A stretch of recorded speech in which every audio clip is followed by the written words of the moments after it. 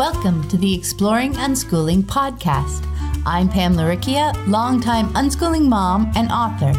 Join me and my wonderful guests for interviews, information, and inspiration about unschooling and living joyfully with your family. You can find the episode show notes, your free introductory ebook, What is Unschooling, and lots more information at livingjoyfully.ca. And here's the show. Hello, everyone. I'm Pam Laricchia, and this is episode number 62 of the podcast. It's the 8th of March, 2017, as I record this intro. And in this episode, I chat with Anne Boie about the film Being and Becoming. It's a beautiful film by Clara Bellar about her exploration of the question, were a time and place really necessary to learn? If you'd like to learn even more about the film or organize a screening, you'll find the link to the film's website, beingandbecomingfilm.com, in the show notes. Or you can email Anne for more information, anne@beingandbecomingfilm.com. This week, I received a great email from Sarah from Israel, and she gave me permission to share it with you. She wrote, "Hi, Pam. I just want to say a big thank you for all the work you do putting out the podcast. It's really an amazing gift to all your listeners.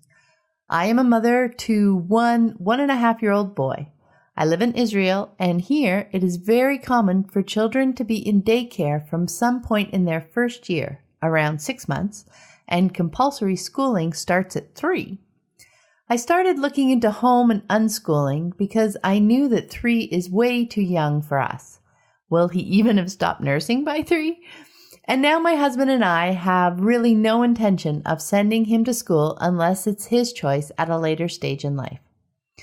One interesting thing that I have observed as I have reconsidered my beliefs about school is that my husband was really, quote, bad at school and hated it, and I was, quote, good at school and loved it. I graduated top of most of my classes with lots of extracurricular achievements under my belt, whereas by the time my husband was a teenager, he had totally tuned out and moved on to sex, drugs, and rock and roll. Haha. However, I find that we both have so much deschooling to do. He still believes on a deep level he is a failure. I, on the other hand, find it so hard to shake the idea that I will only be, quote, good enough if I continue to pursue a stream of schoolish accomplishments. It just shows me, no matter how good or bad your school experience was, the whole mentality it produces is so deeply unhealthy. Thank you for showing us that school is only one option, and a pretty silly one at that. The podcast is especially helpful because I can put it on while hanging out with my little boy and still give him my attention, which I can't do with a book. Another hidden benefit I have found from listening to your podcast is that I feel I have become more patient with the other people in my life. The practices of living respectfully that you talk about really are a huge paradigm shift, and I really, really thank you for it. Anyways, thanks again, and I hope you have a wonderful day, Sarah. I really love the insights Sarah shared, both around the damage school can do, whether or not our experience is, quote, good or bad, and how her perspective on living respectfully with others is growing beyond her immediate family. Thanks so much for sharing that with me, Sarah, and thanks for letting me share it more widely. And a big thank you to everyone who's supporting the show on Patreon. I deeply appreciate your support. I love that you're helping me share unschooling information with anyone who's curious to learn more and explore ways to live this wonderful lifestyle with their family. If you'd like to support the show, even for as little as $1 a month, check out the Exploring Unschooling page at patreon.com. That's patreon.com/exploring unschooling. And this week's quote is from Carl Jung. If there is anything that we wish to change in the child, we should first examine it and see whether it is not something that could better be changed in ourselves. I think this sums up so nicely what Clara was exploring in this film. She saw her son's creativity, authenticity, self-esteem, and free-thinking ways, and realized she wanted to nurture that rather than change it. And she began to examine whether she could instead change something in herself, in her family's lifestyle, that would allow her to do just that. It is so beautiful. I hope you enjoy our conversation, and I hope you get a chance to watch it because it's a really great film. And with that, let's get to my chat with Anne. Hi, everyone. I'm Pam Laricchia from livingjoyfully.ca, and today I'm here with Anne Boie. Hi, Anne. Hello. Hello. It is wonderful to have you on the show.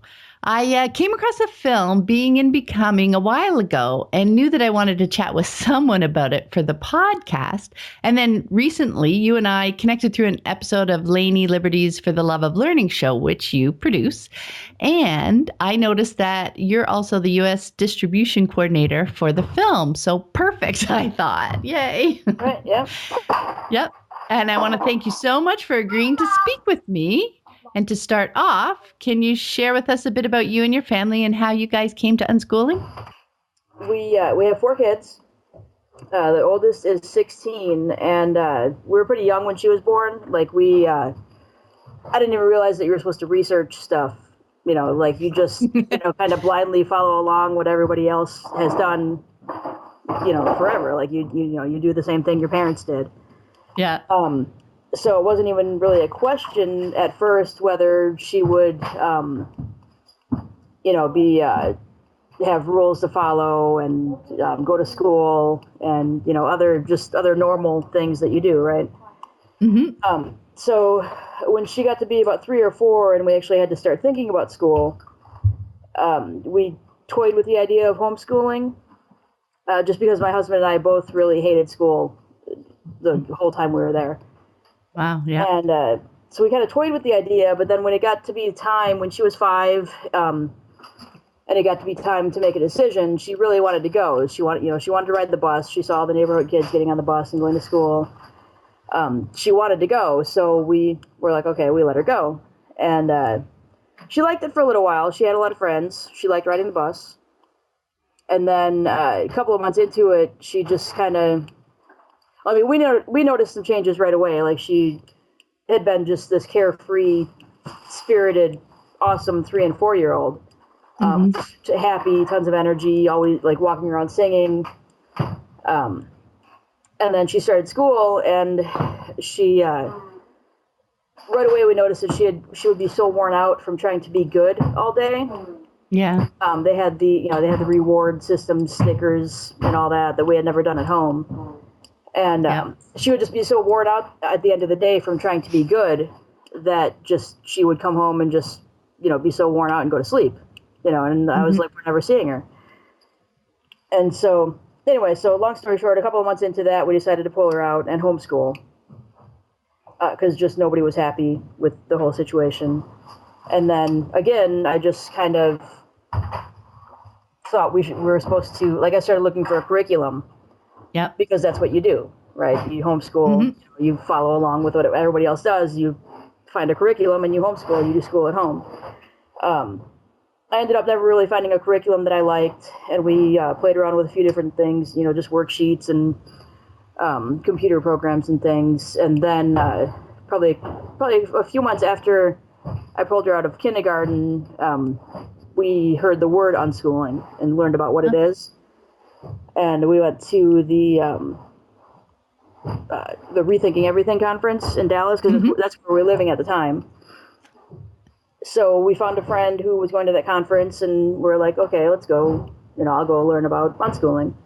Yeah. And so we did. And she was by that point when we went to the conference, my oldest was 8, and then our second was 4. So that's kind of, that's basically the story of how we got into unschooling. And now, since then, we've had 2 more kids who haven't been to school. And, Yeah, it just kind of flows. Yeah, I love hearing how all the little pieces, right, that just kind of come up, and it's like, oh, well, I'll look at that. Couldn't find a curriculum that really quite fit. Right. Yeah. So, yeah, it's just you kind of keep asking questions when things don't seem to be fitting together nicely, right? Right. Yeah. Yeah, it's all about questions. Yeah, that's pretty much what it was. Is that we never found what perfectly fit for our family until we went back to basically what we were doing before she was 5. Yeah. And it's like, why do we have to change just because she's 5? I love that because that's what I was doing. Even, when my kids were in school and I was working with the schools, I was doing that because it wasn't making sense in my mind, right? I still had to ask questions. I still had to try and figure out a way to make it work. It just took longer before I heard the word homeschooling. Right. Well, that makes sense. Okay, let's move on and start chatting about the film, which is awesome. I really enjoyed watching it. Yeah, it is a beautiful film. I love it. Beautiful is a great word to describe it. Okay, so a quick little summary for people listening. The film starts as Clara Bellar. Yeah. Clara Bellar. I say Clara. I don't know. I know which accent. Right. Yeah, the kind of French Canadian comes out. Right. Anyway, they are about to have their first child. Some beautiful shots there when she was pregnant. But not long after, she and her husband realized that they really wanted to nurture their son's creativity, his authenticities, his self-esteem, and they wanted him to be a free thinker. So she said the question that they started asking themselves was, were a place and time really necessary to learn? And that is what they were seeking to answer through visiting a wide range of autonomous learning. In Europe, autonomous learning seems to be the more general phrase, I think, or unschooling families. So her first stop in the film is with Naomi Aldort and her family. And it was really fun to see some of the old home movies of the kids that they had to show how their interests began at a young age and wove into their adult lives because their kids were older when the filming came. Right. So one thing that stood out for me was the point she made about how important it is for us to spend time with our children, to be aware and to be present with them. Because that allows us to know who they are, their personalities, their interests, strengths, challenges, all that, so that we can better engage with them and support them as they pursue their goals and aspirations. So that's what stood out for me. I was wondering what stood out for you from Clara's conversations with the Aldort family. It's kind of funny. It's the thing that stuck out most for me in their conversations was when she was interviewing Naomi with her husband. And he said something about how her approach is to trust and wait, and his approach is to trust and wait, and still in the background be nervous and worried, and what if, and all this. And that's kind of how, in my experience, what I see in the unschooling community is that a lot of moms are kind of all in, and the dads, whether it's just because they're male or just because they're males kind of have a different mindset about success and whatever, or if it's just because they're working and away from the home for a few hours a day when the mom's home all day. But anyway, that's what I see a lot, is that the moms are kind of all in, and the dads, for the most part, are kind of do what you want, but I'm still nervous. Yeah, I mean, that stood out for me too, and I kind of think that it's that a piece of it is that so often they're working outside the home, right? So the mom has more time to do the research, is the primary person kind of making the choice or driving the choice anyway, and they get the time to see it in action and make all the connections and can just build that trust a lot faster. Right.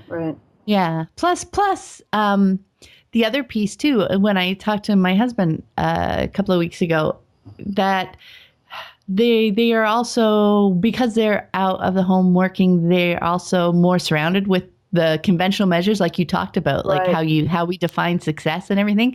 So yeah, I know when for that first year or two, I cocooned kind of with the kids so that I didn't constantly get bombarded with those messages, right? Reminding me how different it is, the thing that we're doing. Yeah, and I still, every time I go to like a public park, still, if I go to a public park when, conventional mainstream kids are there with their parents, it's like a whole different world.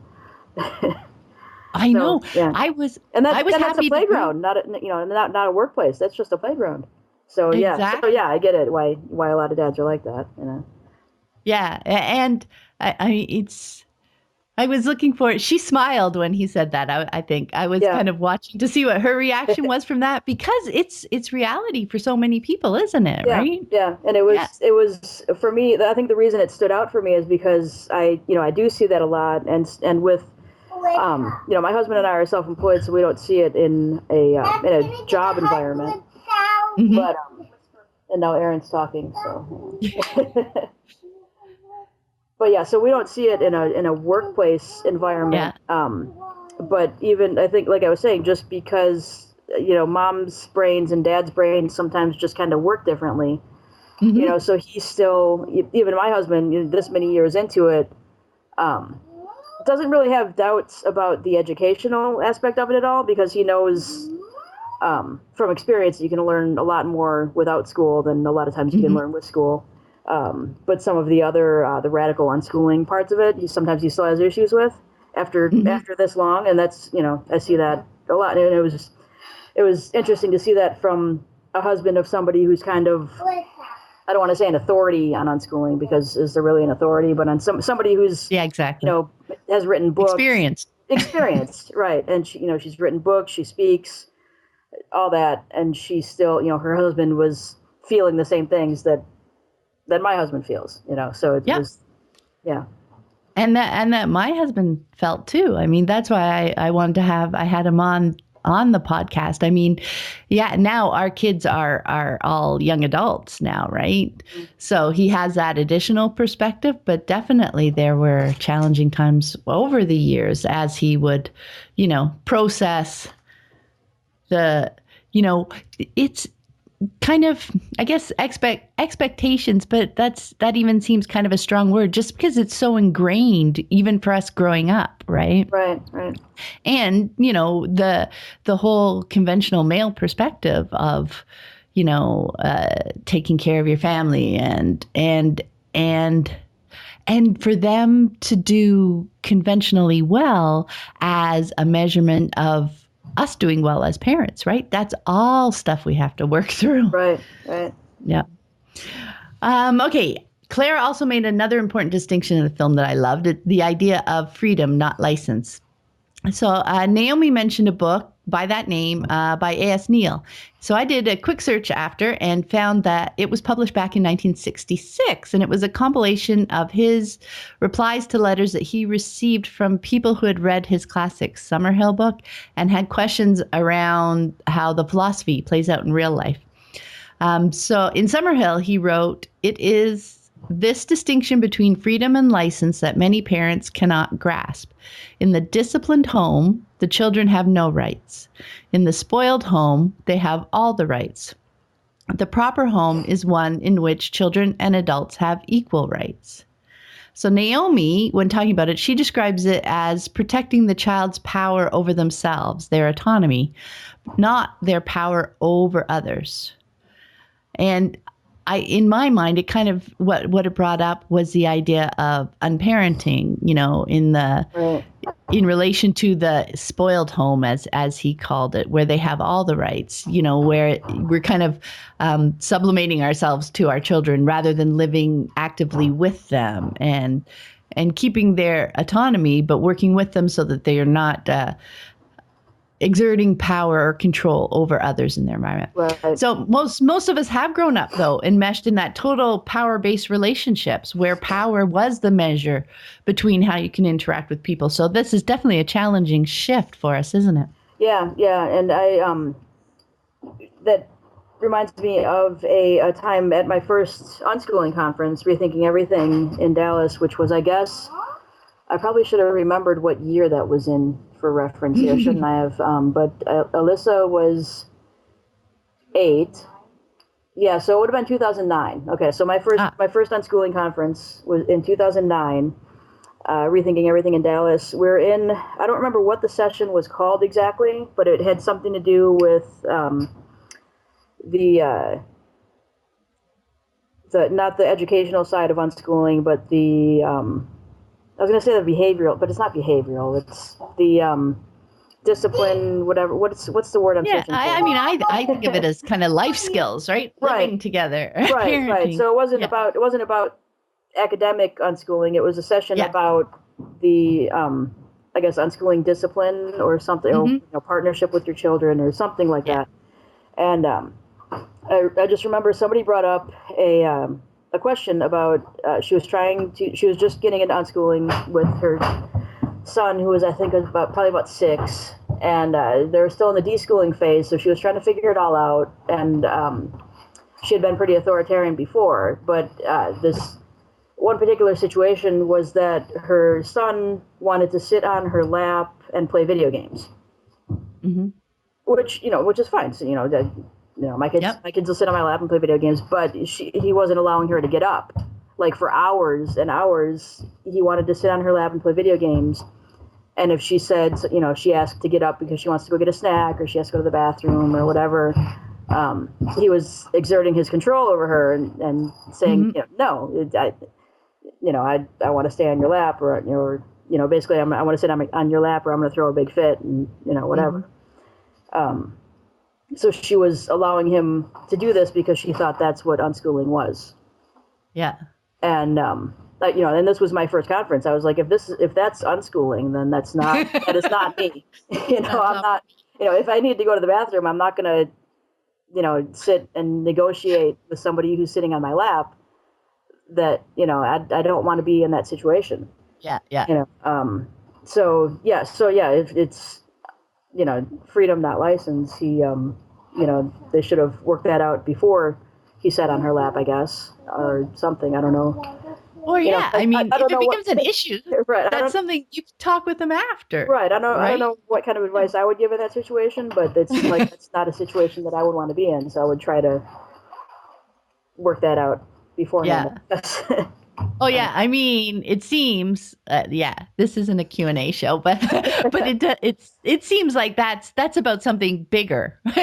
Right, but that's that's a need he's expressing, which you want to find a way to meet, but you don't meet it at the expense of your personal comfort. Right, that's a conversation you guys can have to work out. Well, and that's, how can we make this work? Right, and that's just what came to mind when you said freedom, not license. That's unschooling isn't about kids having power over the parents. It's about partnership, freedom and partnership, not freedom and control.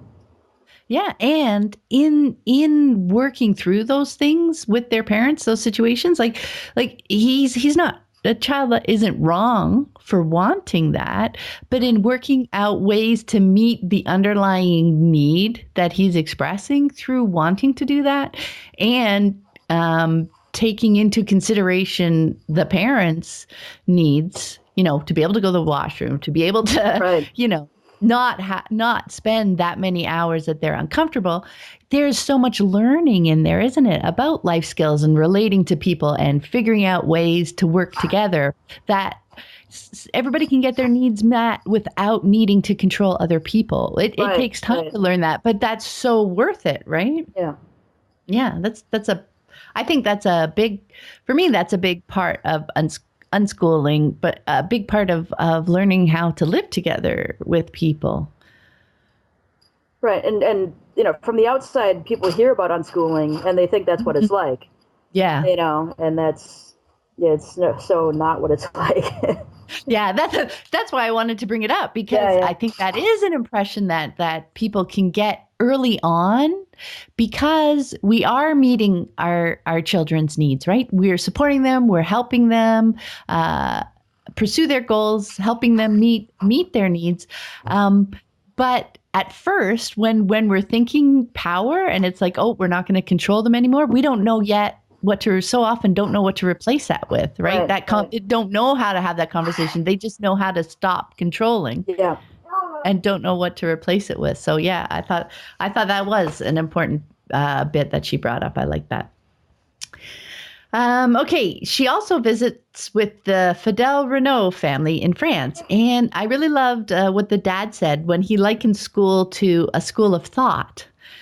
Because just that little flip of phrase seemed to lessen the power of it. for me anyway.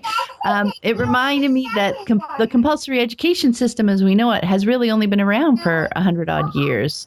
So it is actually more of the new experiment on the block. We've been living and learning for thousands of years before that. And his point was to do what suits your family's needs, but not to do it blindly, to realize that sending your children to school is a choice. But it's so easy to forget that, isn't it? In the grand scheme of things, that school is new, because the school system we've pretty much all grown up with it. So it has permeated our lives to such a degree so quickly that it seems like the only option, doesn't it? Yeah. So it's just hard to not just follow along, like I was saying before about how, we start school at 5 because that's what everybody does. And now even, like a lot of people would have considered my oldest behind because she didn't start school when she was 3. Mm-hmm. And that's just crazy. Like, they need to play. There's just so many things that people just do because it's how things are done. Yeah. They don't question anything, and that's really what people need to do, is just question. If something doesn't feel right, question it, then do some research and figure out what works best for your family. And that's, I always like the phrase "check your premises," because if something doesn't feel right, there may be something that I'm working on that might not be quite so true.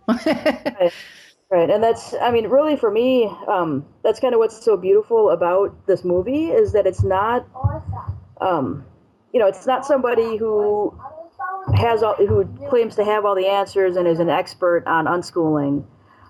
Like when you wrote a book, a couple of other people write books and stuff, you have the experience already. And, I don't know if you want to call yourself an expert or not, or, just experienced. But yeah, I prefer experience. Right. So, but she's not claiming to be experienced at all in all these things that she's researching. But that's what it is you just kind of follow along on her journey to question all the dogmas that are surrounding her and just kind of figure out what's going to work best for her family. Yeah, and you know what I loved was she just seemed so beautifully curious and open, right? Right. She just wanted to explore. Yeah, and that's really what the whole film is. She's not claiming to have all the answers. She has a lot of questions, and she goes around and tries to figure out the answers for her family and what's going to work best for her and her son. Yeah, and that really comes across very nicely, is that she's just, they have in mind that they want to, I guess, for lack of a better phrase, keep their son whole. Keep his curiosity intact and, his free thinking, his critical thinking, not impose a framework on top of him, but that they're still exploring to see what their days might look like when he becomes school age. It's so fun just to see him running around in all these different places. Like I assume they traveled around from place to place, having connected with people, and they show up and ask questions and hang out and just hear what the different families have to share. So I thought that was really a really fun way to approach it, right? There isn't a lot of judgment in any direction, but there's people happily sharing their experience and what they think about it, right? Right, exactly. Yeah. There was another, Arno and Andre Stern were in there, and I met them a few years ago when they came to Montreal, Canada. They were speaking there. So it was also fun to hear from them in the film. And I loved Andre's point, because that was cool. It's just grabbing, because everybody comes at it from a different perspective, right? What pieces are important to them about this lifestyle. So that's a fascinating piece too, because we're all so different. Anyway, Andre's point one of his points was that people often mistakenly assume that a child who is free lives in chaos. I thought that was interesting. And Arno, his dad, made the point that, here's a quote, "Freedom arises out of structure, not out of chaos. A child knows there are limits, not restrictions, limits." And after I watched that, and and I thought a bit more, I realized that it can be hard for people who've never been free to control their own days to imagine that children and people in general, when given the freedom of choice, will explore their personal need for structure and routine. They will find the ways that they prefer to do things and make those choices more consistently. It's not like a chaotic free-for-all all the time. There really are natural limits to things, though, of course, those vary by individual. It's just that so many of us have rarely encountered those kind of natural limits because the restrictions that we've lived within have made our world even smaller than that, right? So we haven't often explored the edges of our comfort zones where we would find that we'd want to say, oh, no, thanks, we don't want to go any further. When I was thinking about it, it's like when parents are coming to unschooling and they're thinking, if I let them eat sweets, that's all they'll ever eat. Or if I don't restrict TV, they'll watch it all day, every day. So I thought that's such a fascinating piece. And that's something I love about coming to unschooling and talking with people that are new to it is that children that are free are just almost completely different beings, than the ones that we see who are trying to live within the framework of restrictions. So I wanted to hear what you thought of their point that freedom doesn't equal chaos, and whether or not that's been your experience. Yeah, and that's always the first thing that people say when they whenever the subject of rules comes up. Like if I don't control what my kid eats, they'll eat junk food all day and play and sit and play Mario Kart and never do anything else. And of course they might do that at first if you're switching over from, if you're deschooling, switching over from authoritarian to unschooling. But in my experience, no, they'll eat junk food when they want to, just like I do. And they'll eat good food when they want to, just like I do. And it's I try to make sure my kids have the same freedom that I do. Like, I don't want to be told, no, you've had enough chocolate or, whatever I feel like eating. And I don't want to be told, no, you need to eat your steak before you eat your dessert. I don't want to be told that. So I try not to tell my kids that. Of course, the old programming comes back once in a while, but I do my best. And, no, it's not chaos at all. It's partnership, and I wouldn't say we have a whole lot of structure, like Arno said, structure. I personally don't do well with a whole lot of structure, so that's just me, and it's not forced on me because I'm an adult. And so I don't force it on my kids either because I don't want it to be forced on me. Well, that's it. I think that's the beauty. I don't do well for structure. The more I try to put structure on myself, the more I resist it. Right. Right. But that's how I explore and figure out how I tick. Right. There are some routines that I like, when I get up in the morning, I do 4 or 5 things in a row pretty darn consistently. And I like doing those things. Right. And, same in the evening. So there are some routines and stuff that I like.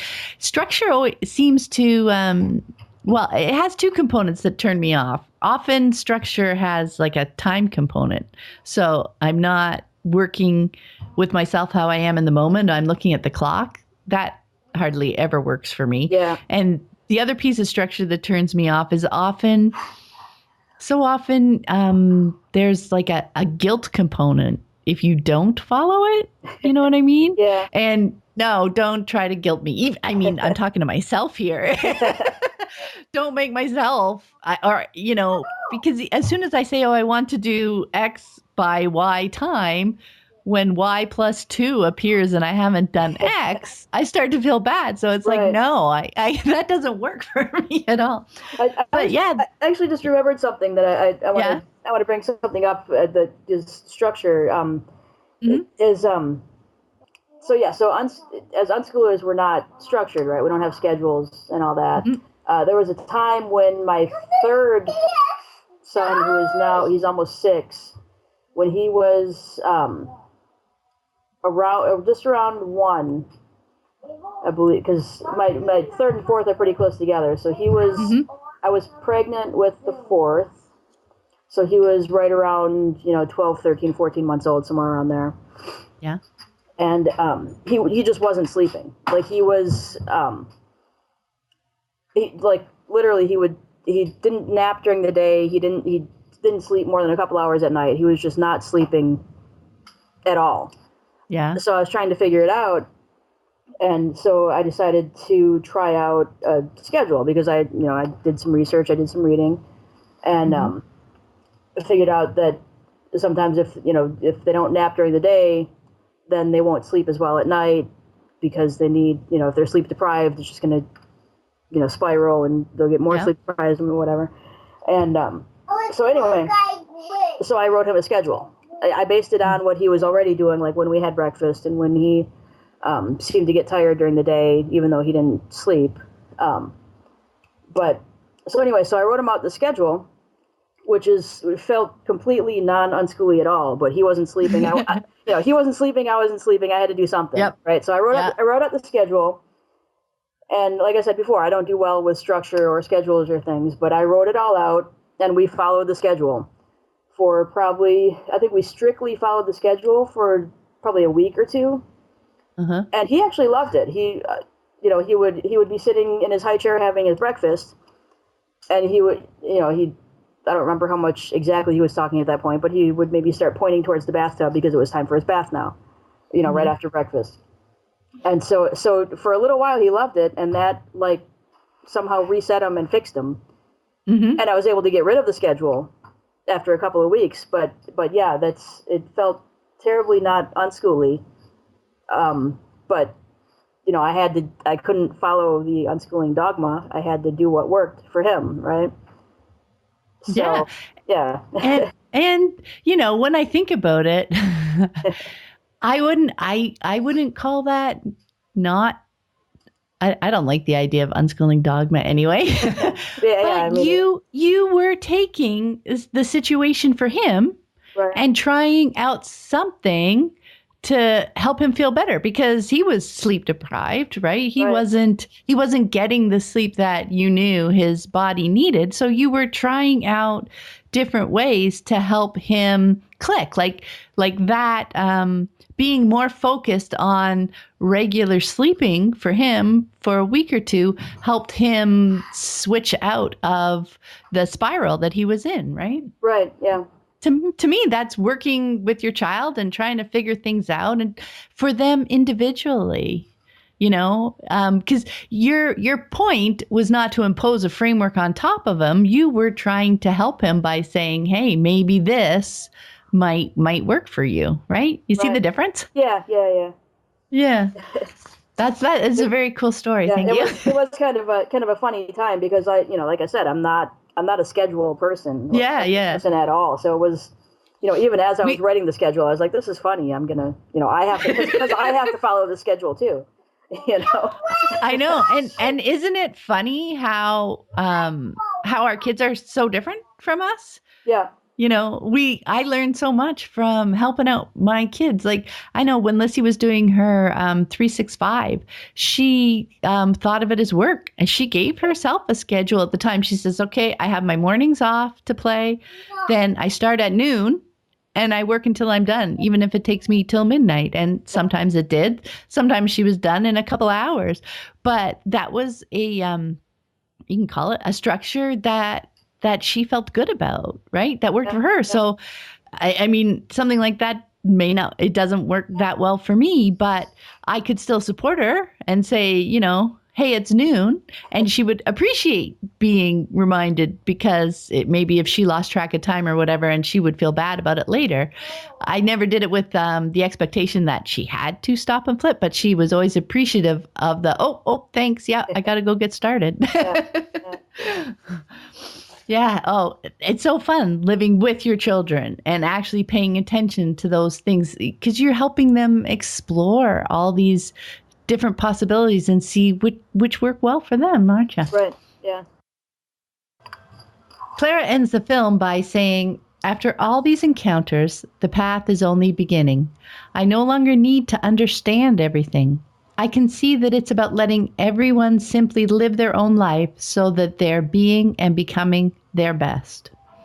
I love that, but it takes a while to get to that place of trust, doesn't it? That place where you're comfortable knowing that you don't need to know all the answers, that you don't need to understand everything up front before you start down the path. Did you find that as well? Yeah, definitely. It starts in, when they're 5 and, school age.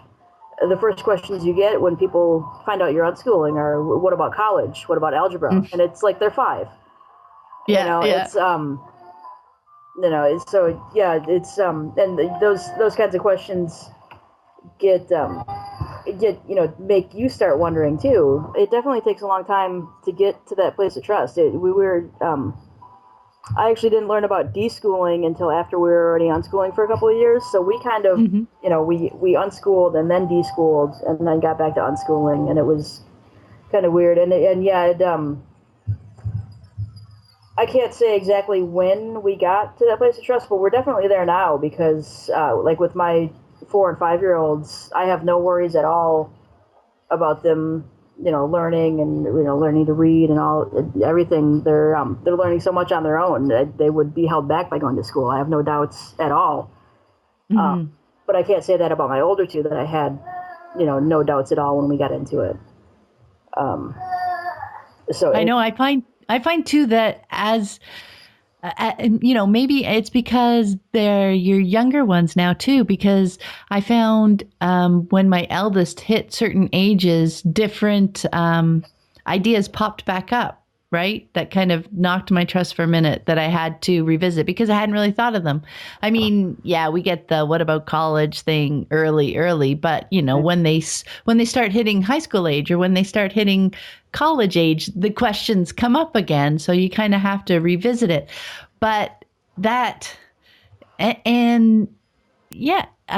felt that it was at least a year before I could comfortably say, typical day in and day out, I'm very relaxed and we're just unschooling and living. It took a long time to get through, kind of the day-to-day conventional assumptions that we have. And and realizing, it takes a few ways through having the questions and needing to see it in action before you can trust enough that I don't need to always keep looking for the learning. Right. At first, I needed to look for it because I needed to trust for myself. I needed to see that it was happening. But it eventually I saw that, this stuff is going to play out and it's going to play out. And that helped me when I couldn't quickly see what was going on, but I could trust knowing that there was a reason that this would have a purpose that would come out somewhere down the road. You know what I mean? Right. Yeah. Yeah. And that's why I think I've kind of come to the point where the whole deschooling conversation is not so much a month for every year that a child has been at school. It's really mostly about the parents. Sure, if kids have had a rough time in school, they will need some recovery time. Like you said, your daughter, even though she was only there for a few months before you took her out, you noticed a change in her. Right. But I think they recover that pretty fast. And of course, we'll help them through that. But I think as adults, we've had the longer school career by far. Right, yeah. So we're the one who's going to need so much more work, right? Yeah, definitely. And it's kind of a constant work because you some kind of stress comes up or some kind of question comes up or anything, and you automatically go back to, just your, that place when you were a kid. And so it takes constant work. It's not just a one-time deschooling. It's a constant, kind of recentering, remembering why you're doing what you're doing and, why you're doing it differently. It kind of comes back to something I hear all over the internet. I don't know, but in places where I am anyway, it comes back to your why, right? Because these questions come up and you're like, oh, what? And then I go back and look at my kids. Like when I'm stressed and unsure, I found that was something that really helped me, was to go back and spend more time with my kids. I must be off so often. It was when I was getting disconnected. So because I wasn't remembering my why. But when I watch them in action and remember how much they're learning and how joyful they are, and seeing them just engage so deeply in their day, in whatever their activity is, Right, it reminded me why we were doing this. And then that trust came flooding back, right? Yeah. Yeah. So last question. All these questions were basically the pieces of the film that stood out for me. So I was wondering if there was something I didn't cover. What piece of the film stood out most for you? Well, there's a couple of things that stood out most for me. One of them was when Andre Stern was talking about trying to find an instrument maker that he could apprentice under and learn how to make an instrument. Yeah. The one that he found, I don't remember his name, but the Swiss instrument maker that he found that allowed him to apprentice said, "I can show you everything, but I can't teach you anything." Yeah. And I just, that just stood out to me as, kind of profound. Like that's what I try to do with my kids. And, of course there was a point, when we started homeschooling, because that's what everybody does. There was a point where I tried to teach. Yeah. Right. But that I'm not a teacher, and my kids don't want to learn, don't want to be taught by me. Right. They probably don't want to be taught. Well, yeah. But yeah, so that's what I try to do. I try to show them everything, and I do, I live my life, and share, back to what Naomi Aldort said too. I live my life and share what I'm doing with my kids. Yeah. And that's, the same, that's how you learn to live your life. That's how you learn any academic type stuff that you need too. It's,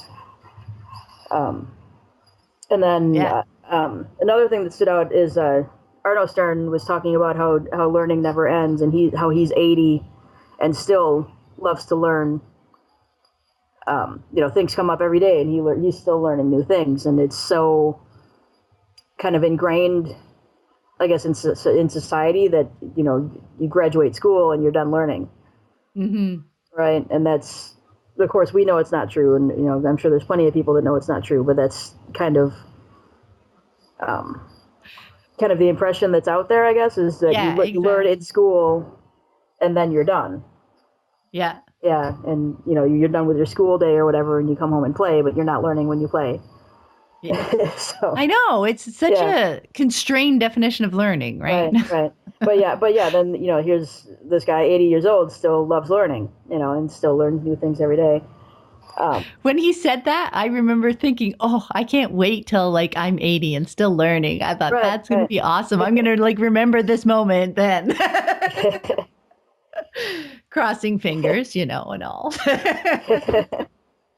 And then the other thing that stood out for me, because of a personal experience, I guess, I don't remember. I'm horrible at remembering names, but the mom and the two girls who were living out in the country and fixed up this house.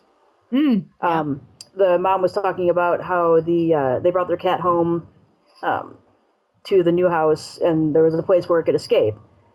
Yeah. So the mom was panicking and we need to fix this. We need to call the guys and have them come out and fix this. And the girls, just since they had been watching all this construction, they kind of learned how to do everything, even though they had never touched a tool.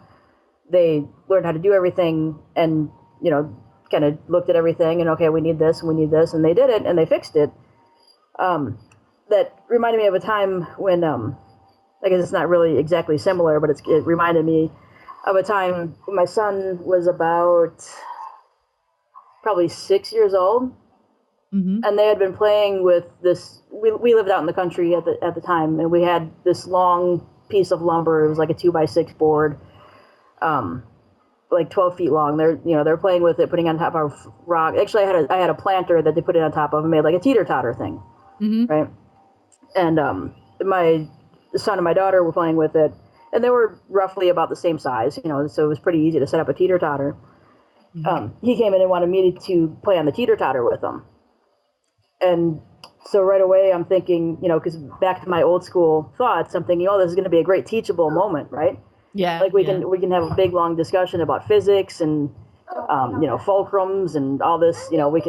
I can teach him how to properly make a teeter-totter with a heavy thing on one side and a light thing on the other side, and different lengths and fulcrums and physics and all that. And so we went out there, and I'm working out this whole lesson in my head, right?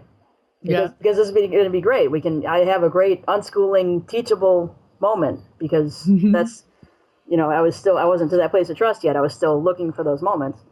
Yeah. And so we went out there, and he looks at the planter, the fulcrum, and the board. He moves it around a little bit. He, looks down at himself. He looks over at me. He moves it. He adjusts it a little bit more. We stand on the teeter-totter, and it worked perfectly. And I'm like, well, there goes that lesson. He's, I can tell him the words for it, but he knows it. So he already knew it. Yeah. Intrinsically. Oh, that's beautiful. Yeah. I know. So there's so much going on in their heads, and for us to presume that we know what they know, right, it really gets in the way, doesn't it? Yeah. Yeah. Because if we don't give them that space, and, if you jumped into it before you got out there and gave him that space for you to realize what was going on, if we jump over them, we can really kind of get in the way and discourage all that thinking and processing and stuff that they're doing all on their own, can't we? Yeah. Yeah. Imagine if I would have, sat him down and made him, do a lesson first and learn all the words for it and figure out before you'd go formulas. Out. Yeah. Before you'd be like, never mind, I don't want to do it. But yeah, exactly. So yeah, that's a beautiful story. Yeah. Well, I want to thank you so much for taking the time to speak with me today, Anne. I love the film, and I loved having a conversation about it. Yeah. Before we go, I had fun. Yeah, I'm glad you had fun. Before we go, where's the best place for people to connect with you online? Okay, so people can find me on Facebook just with my name, Anne Boie, or I have a website for this new show that I am producing. We're working on our 4th episode so far. It's called Youth on Subjects of the World. It's on Facebook as Youth on Subjects of the World, and then there's also a website, youthonsubjectsoftheworld.weebly.com. Excellent. I saw that on Facebook. It looks really interesting. I love the way you're having them sharing their viewpoints, right? Yeah, it's just a few kids for each episode, right? Talking about ongoing subjects. Yeah, subjects of the world. Yeah, yeah. And wow, look, a self-explanatory title. And, sometimes it'll be current events. Like the first episode was on the U.S. election. Mm-hmm. And then the second 2 episodes were more on just kind of broad topics. We did adultism and internet culture was the 3rd episode. So yeah, we're mixing it up. Sometimes it's big topics, sometimes it's current events, and it's all the kids on the show choose the topics, and they choose which topics they want to talk about. So yeah, it's a lot of fun. Oh, that's terrific. That's terrific. I will definitely share the links for that in the show notes. Thank you very much. I hope you have a great day, Anne. Yeah, thanks. Thanks for listening. I hope you found it helpful. You might also like the backlist episodes at livingjoyfully.ca/podcast. While you're there, be sure to check out the Tuck Talks. For 6 years, I hosted the Toronto Unschooling Conference. It was an amazing experience, and I loved meeting many wonderful unschooling families. Though I no longer host the conference, the unschooling insights shared by the amazing speakers over the years are timeless. You can listen to all 25 talks for free on my website at livingjoyfully.ca/conference. Until next time, have fun living and learning with your family.